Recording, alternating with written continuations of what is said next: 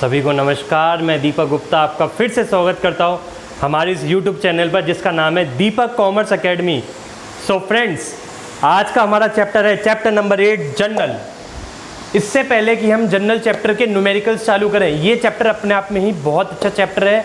ये chapter base है accounting का, क्योंकि जनरल एंट्रीज होंगी, फिर उसके बाद लेजर पोस्टिंग होएगी, फिर ट्रायल बैलेंस और बहुत कुछ बनेगा, बट ये बेस है।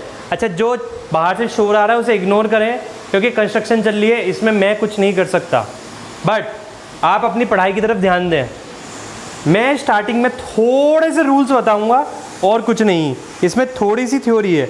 अब जब से सबसे पहले इसमें पूछ लेता है जनरल क्या चीज़ है, अगर पेपर में आ सकती है। इसमें लिखा है journal is a book of prime entry और book of original entry in which transactions are recorded in chronological order. Chronological order में रिकॉर्ड होती हैं। और जनरल को ही हम सेपरेट जनरल को स्पेशल पर्पस बुक्स भी कहते हैं, सब्सिडरी बुक्स भी कहते हैं, जैसे purchase book, sales book, cash book, etcetera etcetera. Definition क्या दे रखी है? बेसिक बुक ऑफ अकाउंटिंग होती है हमारी जनरल। अच्छा, और ये सब आप खुद पढ़ेंगे, कैरेक्टरिस्टिक्स वगैरह, ये कुछ खास नहीं है। मेन मैं यहाँ पर रूल्स ऑफ डेबिट क्रेडिट बता दूँ, क्योंकि इस चैप्टर में अगर आपको ये नहीं पता तो आप फेल हो सकते हैं इस चैप्टर में, पूरी 11th में नहीं सिर्फ इस चैप्टर में। और ये चैप्टर आपके लिए बेसिक है, ठीक है ना। पहले जो होती थी ट्रेडिशनल अकाउंटिंग, उसकी तरफ से तो पहले था, उस हिसाब से तो 3 अकाउंट होते थे, पर्सनल, रियल, नॉमिनल। पर्सनल क्या होता था? Debit the receiver, credit the giver. Real क्या होता था? Debit what comes in, credit what goes out. और नॉमिनल क्या होता था? Debit all expenses and losses, credit all income and gains. ये कुछ जो मॉडर्न अकाउंटिंग है ना, कुछ कुछ उन्हीं पे ही आधारित है, बट बच्चे वहाँ भूल जाते थे कि कौन सा अकाउंट किस में आता है। तो अब इन्होंने क्या कर दिया है, एसेट इंक्रीज होएगी तो डेबिट, डिक्रीज होएगी तो क्रेडिट। लायबिलिटी इंक्रीज होएगी तो क्रेडिट उल्टी होएगी, और डिक्रीज होएगी तो डेबिट। लायबिलिटी और एसेट में अपोजिट रिएक्शन होता है। अब आ जाते हैं हमारे कैपिटल अकाउंट पे। कैपिटल हमारी डिक्रीज होएगी तो डेबिट होएगी, और इंक्रीज होएगी तो क्रेडिट होएगी। रिवेन्यू अगर हमारा डिक्रीज होएगा तो डेबिट होएगा, और इंक्रीज होएगा तो क्रेडिट होएगा। ये मैं कह रहा हूँ उन्हीं अकाउंट पे बनेंगे, क्योंकि debit all expense and losses, अब credit all income and gain. Revenue हमारा इनकम है, क्रेडिट हो रहा है, तो बढ़ने पे क्रेडिट हो रहा है, और बढ़ने पे क्या कहते हैं, क्रेडिट हो रहा है, और घटने पे डेबिट हो रहा है। और एक्सपेंस तो हमारे आपको शुरू से पता है, अगर हमारे एक्सपेंस बढ़ेंगे तो डेबिट होंगे, और घटेंगे तो क्रेडिट होंगे। अब आइए हम अपना करते हैं सवाल। First question will be on screen right now.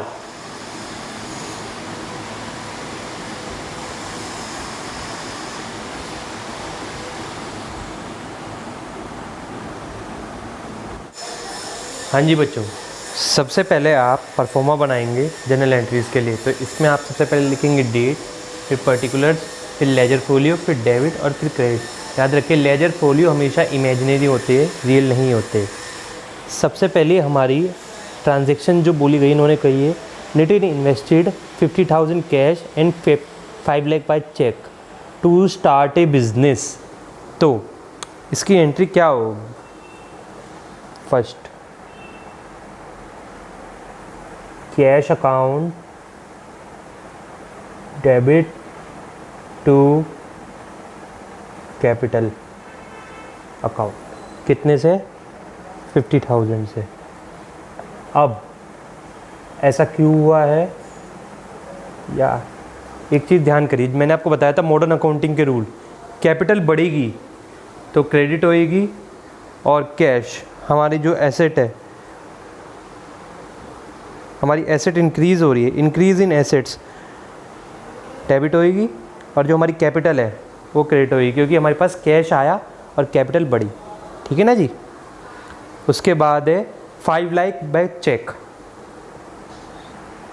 तो यहाँ पे डेट्स देनी रखी है, तो हम यहाँ ऐसे ही लिखेंगे bank account, debit to capital account. हमेशा एक चीज़ ध्यान रखेंगे, ये जो लिखते हैं परफॉर्मा, मैं एक चीज़ भूल गया हूँ, हर परफॉर्मा के बाद लाइन डालेंगे और नरेशन लिखी जाती है, मैं यहाँ लिखना भूल गया। Being business started with cash. ठीक है, ये जो टू कैपिटल होते हैं बहुत से बच्चे पीछे लिख देते हैं और बहुत से बच्चे इतना आगे लिख देते हैं। ये डेबिट से थोड़ा पहले और कैश अकाउंट से थोड़ा सा आगे। यहाँ पे मेरा ये अकाउंट थोड़ा इससे टच हो रहा है, ये गलतेपन मैं आपको परफॉर्म समझाने के लिए कर रहा हूँ कि किस टाइप में होएगी। अब यहाँ कितने आएंगे आपके 5 लाख, तो 5 लाख आपके होंगे डेबिट और 5 लाख से ही होंगे आपके credit. Being capital introduce by cheque. Fill line, हर स्टेप के नंबर है आपके जर्नल एंट्रीज़ में, और जो बच्चे नरेशन नहीं लिख के आएंगे उनका क्या सवाल पूरा सही हो, उन्हें पूरे नंबर नहीं मिलेंगे। जो बाहर से शोर आ रहा है उस पर ध्यान मत दीजिए, सामने कंस्ट्रक्शन का काम चल रहा है, आप अपने काम पे ध्यान दीजिए, आप इधर क्लास में ध्यान लगाइए। परचेज गुड्स अगेंस्ट कैश, इसकी एंट्री क्या होनी चाहिए? सबसे पहले एक तो हमारा खर्चा हो रहा है नहीं हो रहा है, और हमारा एक्सपेंस बढ़ रहा है। मैंने आपको बताया था एक्सपेंस बढ़ेगा तो डेबिट होएगा, ठीक है, और खर्चा होएगा, एसेट घटेगी तो क्रेडिट होएगा, तो परचेज अकाउंट। अब एक चीज़ भी तो सोचिए, हमारे पास सामान भी तो आ रहा है, माल आ रहा है, गुड्स खरीदे, purchase account to cash account. कितने के खरीदे हैं हमने? 5000।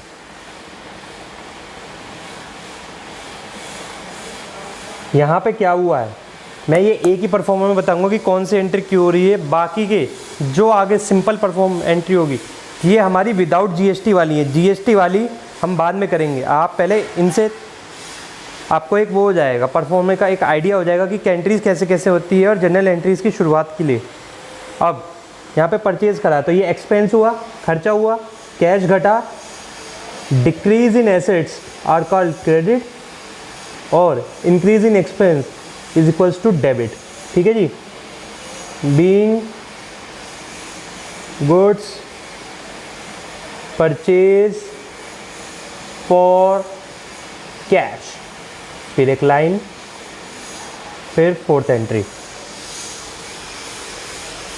Purchase goods from Mrs Hari and company for 1 lakh rupees. अब यहाँ पे कैश की जगह पार्टी का नाम दे दिया गया है, तो इसका मतलब हमने क्रेडिट पे गुड्स खरीदे हैं। तो परचेज अकाउंट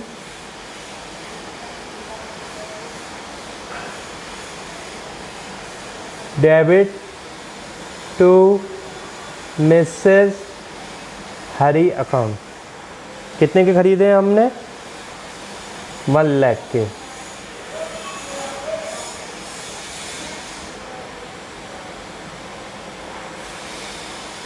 यहाँ लिख देंगे being goods purchase from messrs Hari. ठीक है, और एक फिफ्थ एंट्री हो रहा है यहाँ पे, यहाँ लाइन, कम से कम एक पेज पे 5 एंट्री तो डालेंगे ही। एक्चुअल में मेरे पास है ना, इसमें हॉरिजॉन्टल में ही सही बैठ रहा था, वर्टिकल में अगर मैं करता तो आपको पेज पूरा क्लियर नहीं दिख पाता। फिफ्थ एंट्री है हमारी, सॉरी, फिफ्थ एंट्री हमारी परचेज गुड्स फ्रॉम मैसेज हरी थी। मैं इसे ना वो चेंज कर देता हूँ, कोई बात नहीं, बात तो वही है, और यहाँ सीक्वेंस चेंज कर देता हूँ। यहाँ fourth entry, purchase a building and paid 2.5 lakh by cheque, 2,50,000 by cheque. अब यहाँ पे क्या हो रहा है, हमारी एसेट बढ़ रही है, एक तो हमारे पास बिल्डिंग आ रही है, ठीक है जी, और दूसरा क्या हो रहा है, हमारे पास से चेक जा रहा है, तो हमारी एक एसेट है वो भी तो कम हो रही है। तो बिल्डिंग अकाउंट, ये फोर्थ एंट्री है, सब बच्चे ध्यान रखेंगे, ये मेरे से स्किप हो गई थी, कोई दिक्कत नहीं है। 2 पर आप पेपर में ऐसे नहीं करेंगे, कई बार हो जाता है। 2 बैंक अकाउंट, क्योंकि पेमेंट गई किस थ्रू है, चेक के थ्रू। कितना है? 2,50,000। नरेशन आप लिख लेंगे being building purchase through cheque, मेरे पास स्पेस नहीं बचा है इसलिए नहीं लिख रहा। यहाँ तक आपकी 5 एंट्रीज़ हो गई हैं। किसी को कुछ समझ नहीं आएगा तो मुझे कमेंट बॉक्स में बताएंगे। अब हम अपनी नेक्स्ट पे चलते हैं। ठीक है जी। Sold goods for cash. अब sold goods for cash, cash आया, एसेट बढ़ी, ठीक है, और सेल्स हुई, रेवेन्यू भी हुई है नहीं है। सेल से हमारा रेवेन्यू होएगा।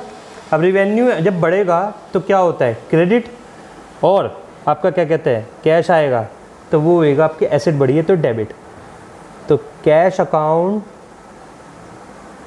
डेबिट टू सेल्स, क्योंकि हमारा रेवेन्यू बढ़ेगा तो क्या कहेंगे इसे, कितने का है, 50,000 का,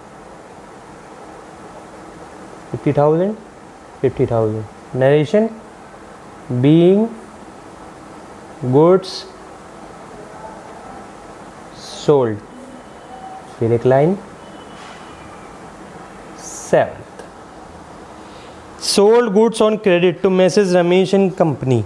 अब यहाँ पर क्रेडिट पे गुड्स सोल्ड करे गए हैं तो क्या होगा, Mrs Ramesh and company debit होगी। क्यों, क्योंकि हमारी एसेट है वो, अब क्योंकि वो हमारे डेटर बन गए हैं, क्रेडिट पे सेल करे हैं, ठीक है जी, और इससे हमारा रेवेन्यू जनरेट हुआ है तो सेल अकाउंट हम इसलिए क्रेडिट होएगा। मैसेज, क्या नाम है, Ramesh and company debit to sales, कितने के हैं जी, 25,000, ठीक है ना। Being goods sold to Messrs Ramesh. 8th entry, Mr Ramesh and company return goods of 5,000 being defective. अब मिस्टर रमेश एंड कंपनी ने गुड्स को रिटर्न कर दिया तो इससे क्या होएगा, हमने जो सेल करी थी, सेल हमारी क्या होती है, रेवेन्यू, ठीक है। अब रेवेन्यू घट रहा है तो वो हमारा होएगा डेबिट, और मिसेस रमेश हमारा क्या था, डेटर, यानी कि एसेट, तो वो क्या होएगा हमारा, क्रेडिट। तो सेल्स रिटर्न, जब हमने सेल अकाउंट क्रेडिट करते हैं, अब सेल्स रिटर्न हम डेबिट करेंगे क्योंकि हमारी सेल्स घट रही है। सेल्स घटने का मतलब है रेवेन्यू ही घटना, direct impact to Messrs Ramesh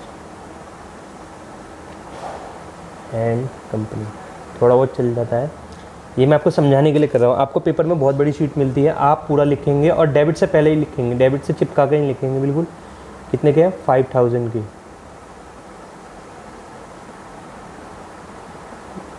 being defected goods return by Messrs Ramesh. 9th entry, goods return by Messrs Ramesh and company return to Messrs Hari and company at cost price 4,000। जो गुड्स रमेश के द्वारा, रमेश एंड कंपनी के द्वारा हमें वापस हुए थे, ठीक है, हमने भी तो माल कहीं से खरीदा था, जो हमने बेचा है हमने कहाँ से खरीदा था, हरी एंड कंपनी से। अब इन्होंने बोला है कि हमने वो वही माल 4,000 रुपये का उन्हें बेच दिया। अब इस केस में क्या होएगा, परचेज रिटर्न होएगी नहीं होएगी, परचेज हमारा क्या था, एक्सपेंस था। अब जब एक्सपेंस रिटर्न होएगा तो हमारा क्या कहते हैं, डेबिट होएगा, वो क्रेडिट होएगा, होगा ही नहीं होगा। और मैसेज रमेश एंड कंपनी हमारी लायबिलिटी थी, लायबिलिटी डिक्रीज हो रही है तो डिक्रीज होने पे डेबिट होएगी। Messrs Hari and company debit to purchase return, ठीक है, कितने का, 4,000। अब आप नरेशन खुद लिख लेंगे, लाइन डाल देंगे, मैं डायरेक्ट एंट्री बता रहा हूँ क्योंकि स्पेस कम है, और अगर मैं सब में नरेशन लिखता रहा तो फिर क्वेश्चन नहीं हो पाएगा, ठीक है ना बच्चों। अब 10th एंट्री क्या है, paid salary to staff by cheque. Salary क्या है, एक एक्सपेंस है कि नहीं है, तो एक्सपेंस इंक्रीज हो रहा है तो डेबिट होएगा, और हमारी क्या कहते हैं चेक से हो रहा है तो बैंक अकाउंट से जाएगा, तो हमारे एसेट डिक्रीज होएगी तो वो क्रेडिट होएगी। सैलरी अकाउंट, मैं यहाँ बस लाइन खींच रहा हूँ, डेबिट टू बैंक अकाउंट कितना है 15,000, 15,000।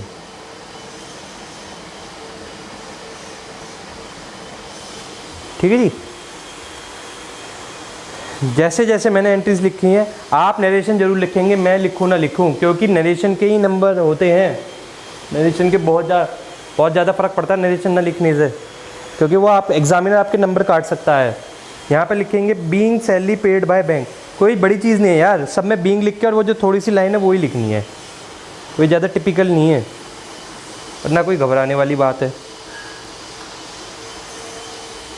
अब उसी क्वेश्चन में हम आगे आ जाते हैं।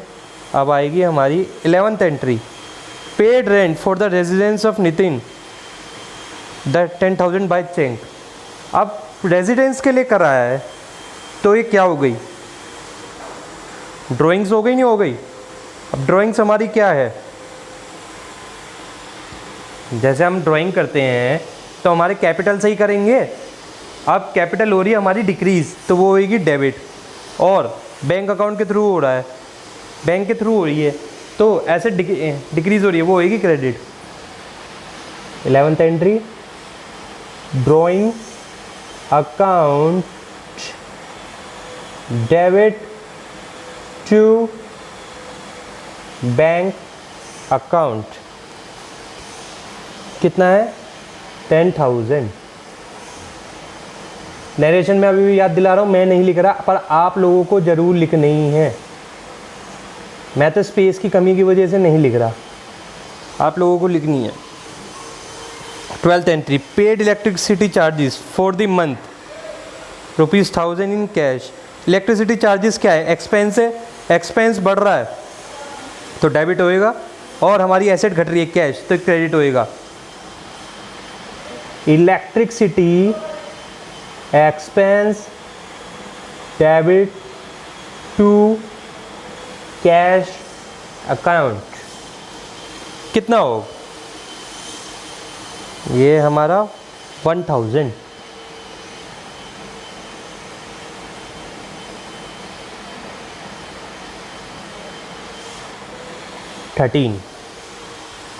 Paid telephone charges 5,500 in cash, वही एक्सपेंस हो रहा है तो डेबिट होएगा क्योंकि बढ़ रहा है, और हमारी कैश क्या है एसेट है, क्रेडिट होएगी क्योंकि वो घट रही है। क्या है ये, telephone charges debit to cash 500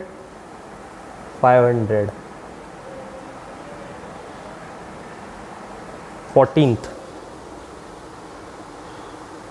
bought furniture for 25,000 against cash. अब यहाँ पे दो चीज़ आ रही है, फर्नीचर आ रहा है तो हमारी एसेट बढ़ रही है तो increase in assets are debit, but cheque के द्वारा हो रही है तो बैंक के द्वारा जाएगा चेक, ठीक है, तो एक एसेट हमारी कम हो रही है तो बैंक अकाउंट क्रेडिट होएगा। Furniture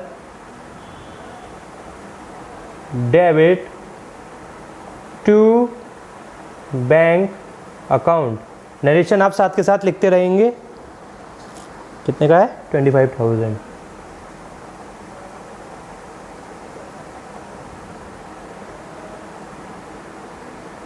fifteenth, paid Mrs Hari and company on account 50,000 by check.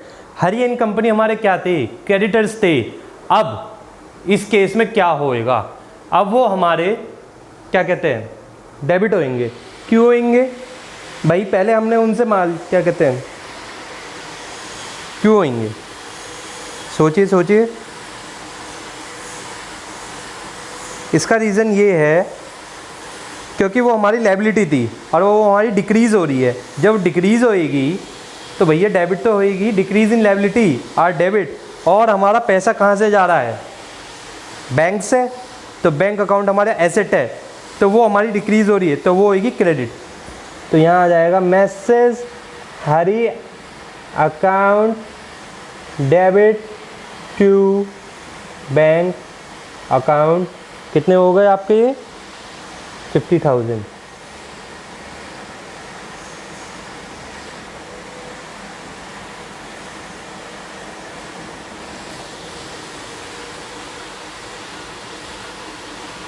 Receive from Ramesh and company 15,000 by cheque.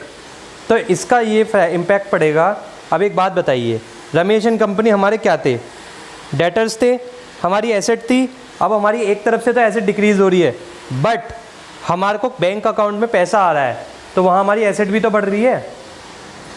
तो इसकी एंट्री होएगी bank account debit to Ramesh and company. कितने हैं? 15,000।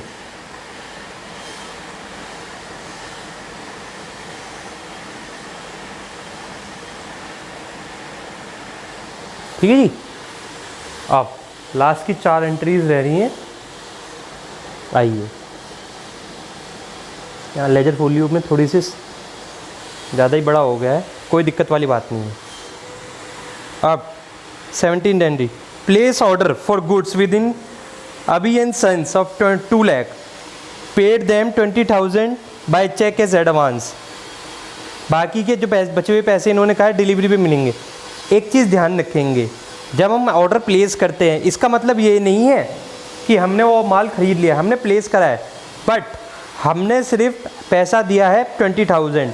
तो हमारे जो एसेट है, मैं अभी इन सन से हमने ऑर्डर प्लेस करा है, वो एसेट है, ठीक है, गुड्स के लिए।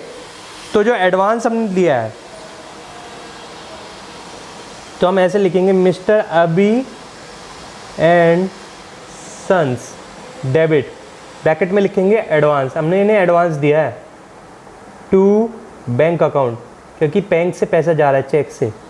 कितना जा रहा है हमारा? 20,000।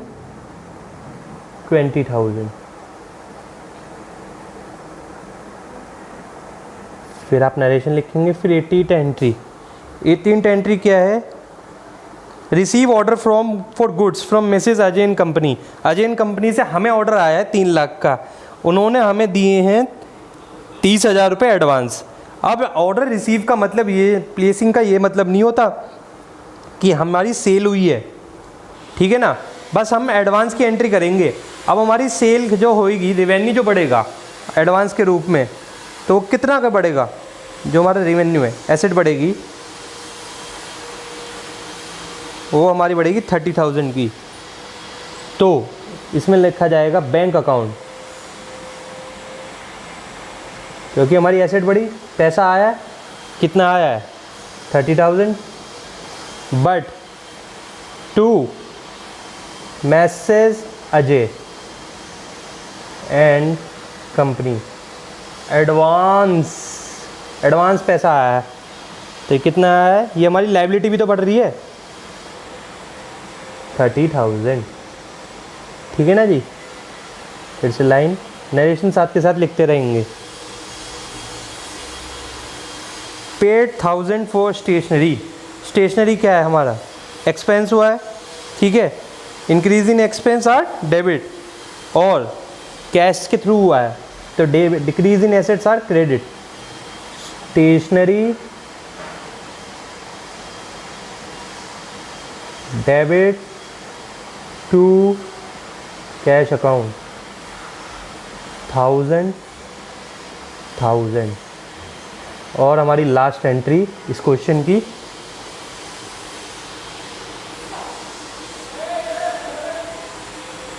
Nitin withdraw 10,000 for household expense out of cash. अब नितिन ने विड्रॉ करी है, ड्राइंग्स करी है। ड्राइंग्स किस में से होती हैं? कैपिटल में से होती हैं।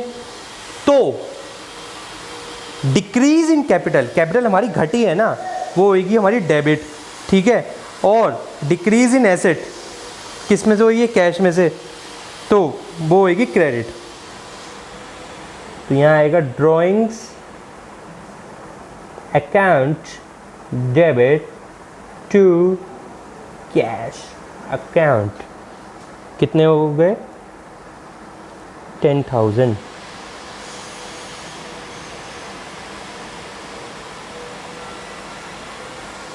ठीक है ना जी, ये आपका फर्स्ट क्वेश्चन हो गया। एक क्वेश्चन और कराते हैं हम। अब हम स्टार्ट करते हैं हमारा दूसरा question. Question will be your screens now.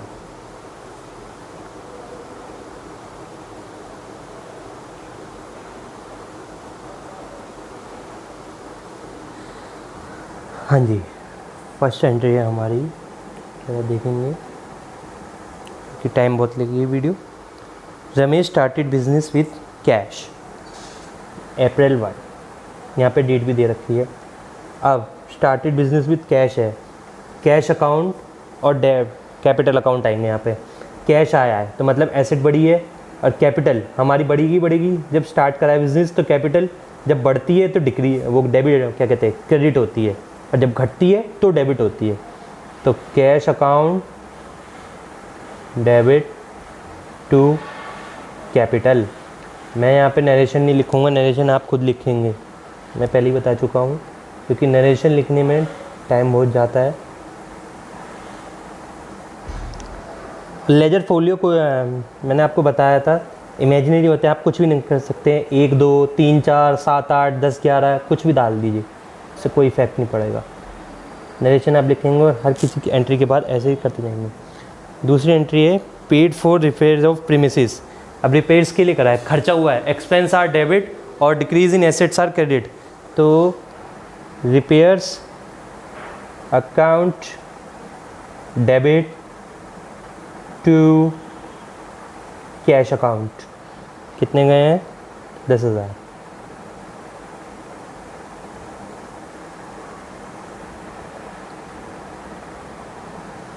April 2 paid into bank. अब पेड इनटू बैंक का इफेक्ट क्या होएगा, बैंक अकाउंट से हमारा क्या होएगा, हमारी बैंक भी एसेट है, कैश भी एसेट है। बैंक अकाउंट बढ़ रहा है बट कैश तो घट रहा है ना, तो डिक्रीज इन एसेट्स और कॉल्ड क्रेडिट और इंक्रीज इन एसेट्स और डेबिट। तो बैंक होएगा यहाँ पे डेबिट और कैश होएगा क्रेडिट। कितना है हमारा 70,000।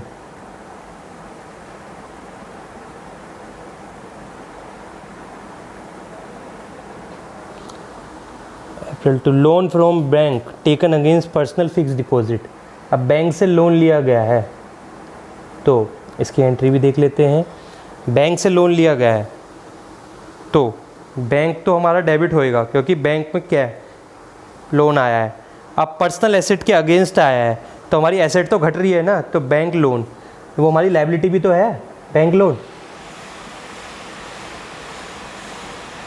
इंक्रीज इन लायबिलिटी और credits and decrease in liability और डेबिट, याद है ना आपको।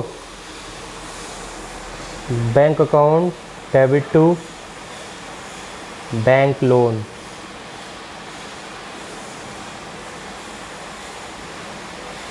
कितना है हमारे 25,000। जब भी हमारी लायबिलिटी इंक्रीज़ होएगी तो वो हमेशा क्रेडिट होएगी। बैंक लोन हमारे लिए भाई लायबिलिटी है, क्योंकि हमें कभी ना कभी तो चुकाना ही पड़ेगा, तो इस वजह से ये बैंक लोन यहाँ पे क्रेडिट हुआ है। बैंक अकाउंट में पैसा आया है, एसेट बढ़ी है, भाई जो लोन का पैसा है वो हमारे लिए फ़ायदा ही तो है, तो इसलिए वो डेबिट हुआ है। 4 एंट्रीज़ हो गई हैं। अब आपकी 5वीं एंट्री पे आ जाते हैं। Bought goods for cash. अब यहाँ पे आएगा गुड्स परचेज करे हैं तो एक्सपेंस हुआ है, डेबिट ऑल एक्सपेंसेस है नहीं है, expenses are debit, increase in expense, और कैश के थ्रू हुआ है तो decrease in assets are credit. April 3 purchase account debit to cash account 5,000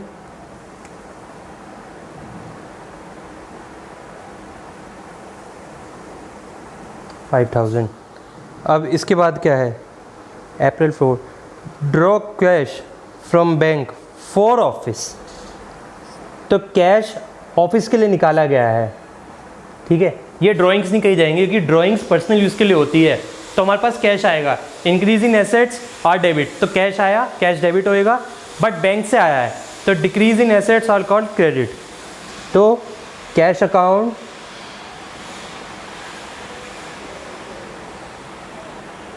debit to bank account, कितना है हमारा 1000। मैं अभी भी बता रहा हूँ, नरेशन खुद लगते रहेंगे। इसके आगे का पार्ट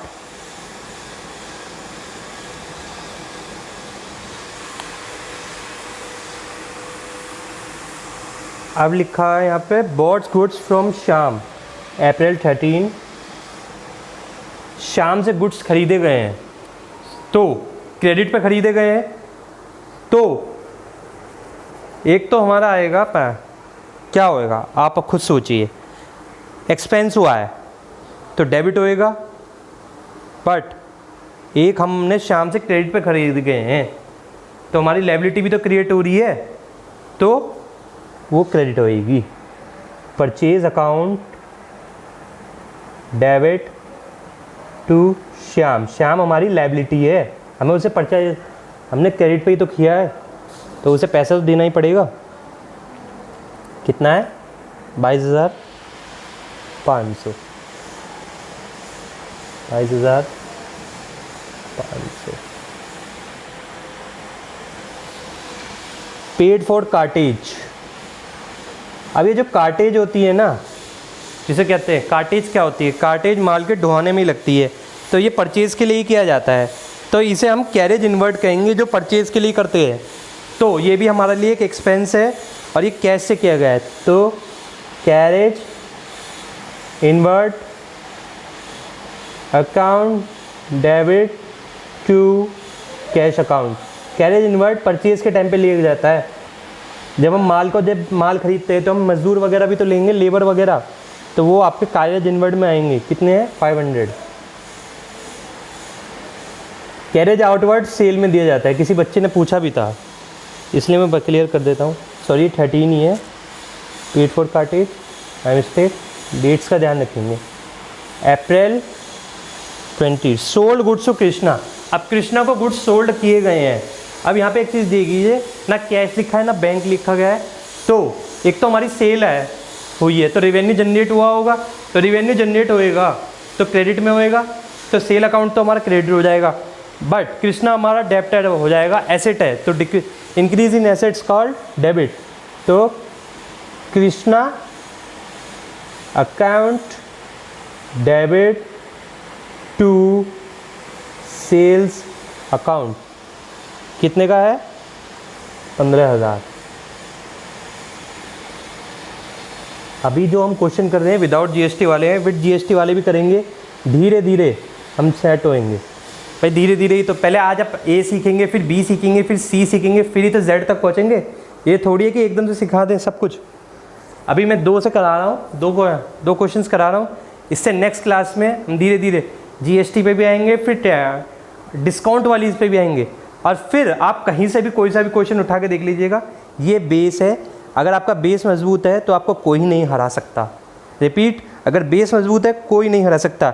रिसीव फ्रॉम कृष्णा अप्रैल 24, अब कृष्णा से रिसीव हुआ है तो हमारा सेल्स अकाउंट वो क्या कहते हैं कृष्णा है, तो कैश आया होगा यहाँ क्योंकि कुछ नहीं बोला गया, तो एक तो हमारी एसेट बढ़ी और कृष्णा हमारा डेटर था, तो एसेट्स था हमारा लिए, तो वो इसलिए क्रेडिट होएगा।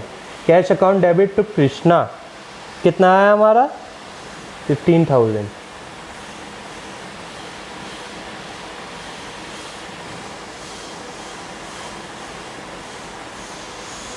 अप्रैल 28 paid to Shyam by cheque. Shyam क्या था हमारे लिए क्रेडिटर, तो क्रेडिटर क्या थे हमारे लायबिलिटी, डिक्रीज इन लायबिलिटी, हाँ जी डिक्रीज इन लायबिलिटी, और डेबिट श्याम अकाउंट डेबिट, और डिक्रीज इन एसेट्स और credit by cheque to bank account. भाई चेक का जितना भी काम होगा बैंक से ही तो होएगा, तो कितना हो गया हमारे 22,500 और यहाँ भी 22,500। ठीक है जी। लास्ट की 3 एंट्री अलग तीसरे पेज पे करा देते हैं।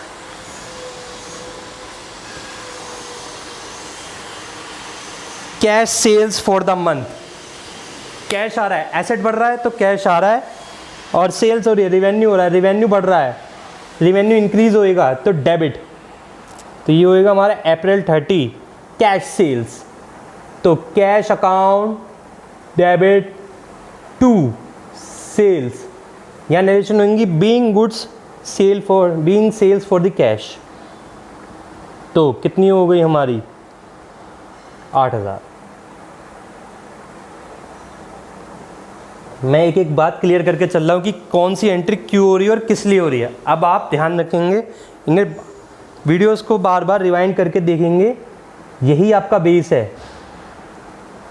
अप्रैल 30 पेड सैलरी टू राम। अब सैलरी पे करिए, किसे की करिए, राम को। सैलरी क्या है, हमारा एक्सपेंस है, और किसके थ्रू के गई, कैश के।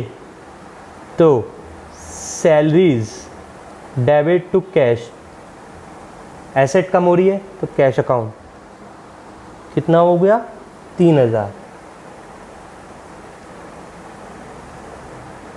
और हमारी last entry April 30 paid interest and loan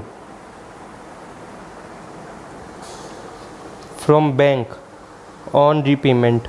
अब हमने इंटरेस्ट ऑन लोन दिया है, इंटरेस्ट ऑन लोन क्या है, हमारा एक्सपेंस है, ठीक है, बट हमने किसके द्वारा किया गया है, paying interest on loan from bank on repayment. हमने इंटरेस्ट सहित जो लोन था हमने रीपे कर दिया। अब हमारा लोन कितने का था, याद कीजिए 25,000 का था, और हमने उस पर इन्होंने दे रखा है 250 रुपये। तो हमने 25,000 तो हमने लोन लिया था, अब 250 हमारा इंटरेस्ट हो गया। लायबिलिटी घट रही है क्योंकि बैंक लोन हमारे लिए लायबिलिटी थी, तो decrease in liability are called debits. तो बैंक लोन डेबिट, और किसके थ्रू हो रहा है, बैंक के through, to bank account, bank से हमारे जा रहा है, तो डिक्रीज इन एसेट्स और क्रेडिट। तो कितने होंगे 25,250, 25,250। उस एंट्री को एंड में दोबारा पढ़ेंगे, यहाँ बच्चा कंफ्यूज हो जाएगा, बच्चा सिर्फ 250 की करके आएगा। कुछ बच्चे समझेंगे कि interest on loan debit to bank account, उन्होंने लिख रखा है paid interest on loan from bank on repayment. Repayment का मतलब है लोन ही पूरा का पूरा रीपे कर दिया गया है। और इसी के साथ आपके यहाँ दोनों सवाल खत्म हुए। आशा करता हूँ मेरा पढ़ाया हुआ आपको समझ में आया होगा, और हमारा चैनल के थ्रू जो मैंने आपको समझाया है वो अच्छा लगा होगा। अगर ये आपको पेज अच्छा लगता है, चैनल अच्छा लगता है, लाइक कीजिए, सब्सक्राइब कीजिए और शेयर कीजिए और सभी बच्चों की हेल्प कीजिए। So thank you and bye.